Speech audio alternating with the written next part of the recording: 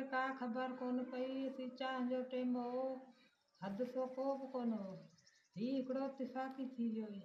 मूंखे बसि उनजे पारां रम खपे।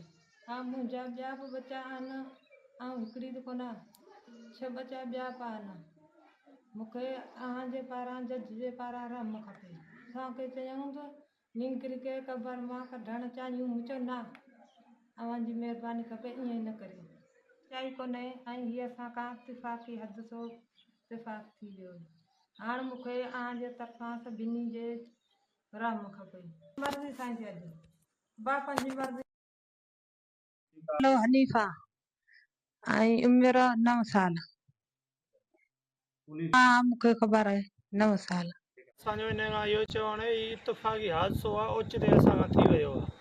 सो हीउ इत्तिफ़ाक़ी हादिसो आहे, ॿियो कुझु बि कोन्हे। बाक़ी कुझु माण्हू जा पुलिस हिन खे ॿियो रंग ॾियो पेश था कनि त भलाई महिरबानी ईअं न कनि। असांजी ऑफिसरनि खे रिक्वेस्ट आहे, असांजी उन्हनि खे अपील आहे त महिरबानी करे असां अॻे ई घणा परेशान आहियूं, असांखे वधीक परेशान कयो न वञे। छोकिरी वांगुरु साहिबु उनजा ॿिया नंढड़ा नंढड़ा बच्चा आहिनि, 6-7 ॼणा आहे। हुनजो घरु आहे, हुनजूं कुझु ॿकरियूं आहिनि, हिकिड़े 2 ढोर आहे, त हुनजो सॼो घरु हूंदो थी वियो।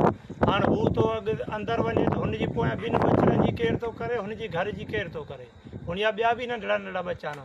हीउ हिकिड़ो इत्तिफ़ाक़ी हादिसो आहे, ॿियो कुझु बि कोन्हे।